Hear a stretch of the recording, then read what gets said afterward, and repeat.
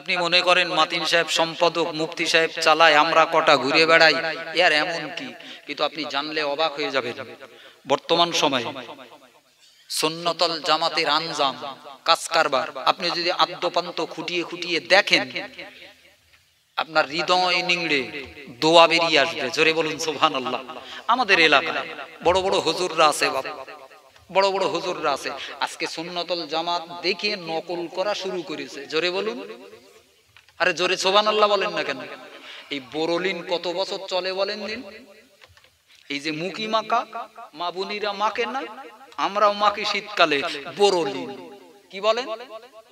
এই বোরলিনকে দেখে বড় পেলাস বেরিয়েছে, আরো সব কি কম নেই, বড় নামটা রেখেছে, বাকি সব অন্য আছে না? কথা বলেন না কেন? আজকে আপনার ভাবার দরকার, সুন্নতুল জামাত সংগঠনের কাজগুলোকে দেখে আজকে অনেকেই বাংলার অনেক হুজুররা, পিজ্জাদারা, মাওলানারা নকল করতে শুরু করেছে। যাক করুক, কোনো হিংসা নেই, কোনো হিংসা নেই। দিনের কাজ হোক, বাংলায় উন্নতি আসুক। জোরে বলুন। দাদা হুজুর কেবলার সিলসিলা, আল্লামা হুজুর কেবলার রক্ত পানি করা এ সমাজ দিন দিন কি হয়ে যাচ্ছে, বা ভণ্ডামিতে চেয়ে যাচ্ছে। আমরা এই ভণ্ডামির বিরুদ্ধে প্রতিবাদ করি। কোন ভালো কাজের বিরুদ্ধে সুন্নতুল জামাত কথা বলবে না, কারণ সুন্নতুল জামাতের আলেমরা চোখওয়ালা। জোরে বলেন সুবহানাল্লাহ। আমরা প্রতিবাদ করি কোরআন হাদিসের বিরুদ্ধে যেগুলো, সেগুলো ভালো কাজগুলো বুকে টেনে নেই, কারণ ওগুলো বুকে টানে টেনে না নিলে আল্লাহ অসন্তুষ্ট হয়। করুন, কাজ করুন। হাজারো ময়দান পড়ে রয়েছে। তবে আমি শুধু এই সংগঠনটার কথা বলি, বাপ, শতাধিক মাদ্রাসা, বড় বড় মাদ্রাসা, এই গরিবী হালাতে এই সমাজের, আপনাদের পয়সা জামিয়ায় দেবেন না খাদিজায় দেবেন না ওদিকে আরো শত শত মাদ্রাসা মুখির দিকে তাকিয়ে রয়েছে, কোনটায় দেবেন? কিন্তু আল্লাহর অফুরন্ত দয়া, আপনার ছোট ছোট দানগুলোতে আজকে শতাধিক মাদ্রাসা বুক চিতিয়ে শত শত ছাত্র আজকে আলেম বানিয়ে সমাজে ছাড়তেছে। জোরে বলুন। আমি বাড়িতে বসেছিলাম, বাপি ওয়াজ নসিহত করতাম, আর ওইরকম ঘুমতো। মুফতি সাহেব জোর করে টেনে এনে ওই সেই ওই সাতচুরোর কাছে পাতিলা চন্দ্র হানাফিয়া মাদ্রাসা, ইমামে আজম আবু হানিফার স্মৃতিতে। জোরে বলুন। আমরা কোন ইমামের অনুসারী? এই আজকে যারা বলতেছে সুন্নতুল জামাত, এরা দিন দিন অন্য মতের হয়ে যাচ্ছে। কাদের মত হচ্ছে?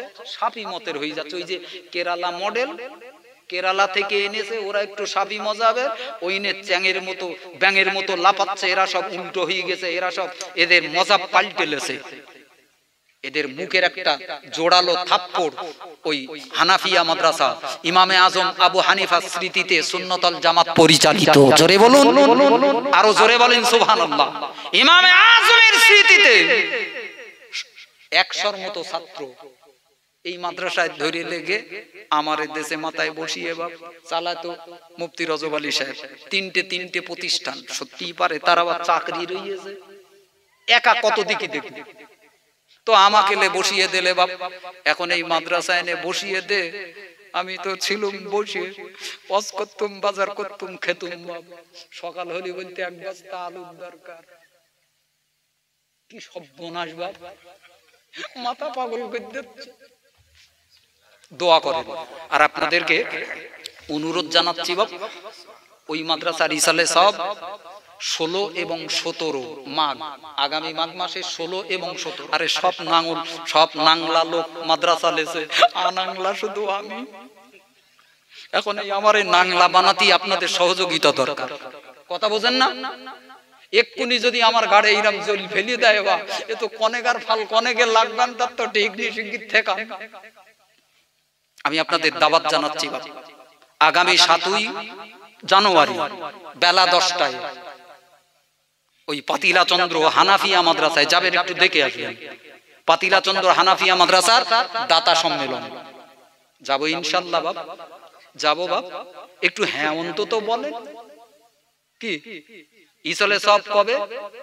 16 এবং 17 মাঘ। আমি আপনাদের দাওয়াত জানাচ্ছি বাপ। আর আমার জন্য দোয়া করবেন, আল্লাহ যেন যোগ্য বানিয়ে নেয়, নাংলা বানায়। কি বানায় বলেন? কি বানায়? নাংলা বানায়। আমি আপনাদের কাছ থেকে বিদায় নিচ্ছি। মুফতি রজব আলী সাহেব আছেন, তিনি ওয়াজ করবেন। যারা আশেপাশে রয়েছেন বাপ মজলিসে এসে বসেন। মুহাব্বতে দরুদ শরীফ। আল্লাহুম্মা আসসালাম।